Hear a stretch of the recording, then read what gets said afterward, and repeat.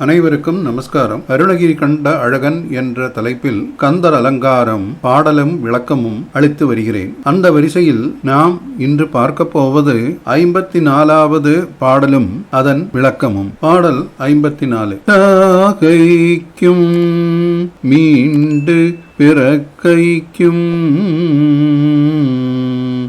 அன்றி தளர்ந்தவர்க்கு ஒன்று ஈகைக்கு எனை விதித்தாய் இலையே இலங்காபுரிக்கு போகைக்கு நீ வழி காட்டு என்று போய் கடல் தீ கொழுந்த வாகை சிலை வளைந்தோன் மருகா மயில் வாகனனே.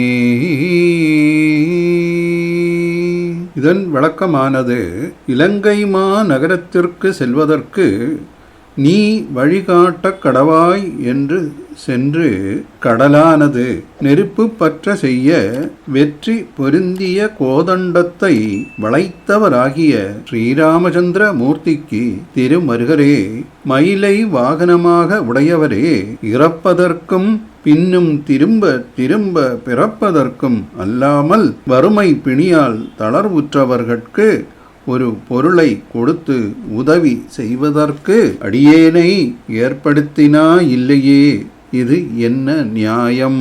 அதாவது, நமக்காக அருணகிரிநாத பெருமான் என்ன வேண்டுகிறார் என்று கேட்டால், திருமால் மருகரே, மயில் வாகனரே, இறப்பு பிறப்பை ஒழித்து அடியேனுக்கு தர்ம சிந்தையை தந்த அருள்வீர் என்பதையே. அது மட்டுமல்லாமல் இங்கே அறத்தின் மகிமையை, அதாவது தானத்தின் மகிமையையும் எடுத்து கூறுகிறார். மனிதர் பிறந்து வளர்ந்து உண்டு உடுத்து உயிர்த்து உறங்கி தளர்ந்து ஒரு நற்கருமமும் புரியாமல் வறிதே இறந்து படுகின்றனர். மீண்டும் பிறந்து அவமே உழன்று அழிகின்றனர். ஆகவே பிறப்பதும் இறப்பதுமாகவே யாகி பயனற்று போகின்றனர். காட்டிலே சில மரங்கள் தாமே தோன்றி வளர்ந்து ஒருவருக்கும் பயனின்றி நினைக்கின் அறிவுடைய ஒருவனுக்கு பட்டு போதல் போலென்று அறிக. இதை நினைக்கின் அறிவுடைய ஒருவனுக்கு உள்ளம் கவலுவன்றோ. அந்தோ காட்டில் எரித்த நிலவும் கடலிலே பொழிந்த மழையும் களரிலே விதைத்த விதையும் ஆற்றிலே கரைத்த புளியும் அறிவிலார்க்குரைத்த அறமும் போல் வரிதேயாகின்றனர். பெறுதற்கரிய இம்மானிடப் பிறவியை பெற்று ஒரு பயனுமின்றி சாவதினும் மடமை வேர் உளதோ. பெறுதற்கரிய பிறவியை பெற்றும் பெறுதற்கரிய பிரானடி பேணார். பெறுதற்கரிய பிராணிகளெல்லாம் பெறுதற்கரியதோர் பேரிழந்தாரே என்று திருமந்திரம் கூறுகின்றது. ஒரு சிறந்த நற்கருமத்தை செய்து இறந்தவர் இறந்தவரேனும் இறந்தவர் ஆகார். இருந்தவரே. ஒரு பயனுமின்றி வாழும் மனிதர் இருந்தவரேனும் இறந்தவர் ஆகின்றார். இறந்தவரே. பல திருக்கோயில்களை புதுக்கி பொன்றா புகழ்பெற்ற செங்கட்சோழன், திருமலை நாயக்கர், தரும குணசீலர், பச்சையப்ப முதலியார், சீதக்காதி மரக்காயர் முதலியவர்கள் இன்றும் புகழுடம்பு தாங்கி இருக்கின்றார்களன்றோ. உலகில் இறந்தவர் இறந்தவர் ஆகார். ஒன்றை கொடு என்று பிறரிடம் போய் கையேந்தி கேட்டல், இழி தொழில் செய்தல் முதலிய தீமைகளை செய்பவர் உயிரோடு இருந்தும் இறந்தவரே. தனக்கு இருக்கட்டும் என்று எண்ணாது ஈதல் முதலிய நன்மைகளை செய்பவர் இறந்தவரேனும் பவராவார். இதனை கம்பர் கூறுமாறு காண்க.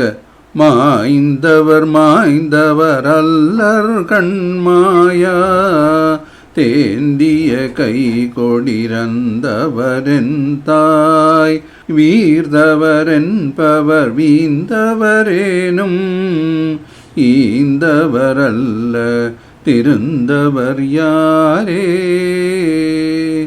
ஆதலால் ஒவ்வொருவரும் தமது பிறப்பு யாதொரு பயனுமின்றி வரிதே போகா வண்ணம் ஏதாவது ஒரு சிறந்த நலத்தை செய்ய வேண்டும்.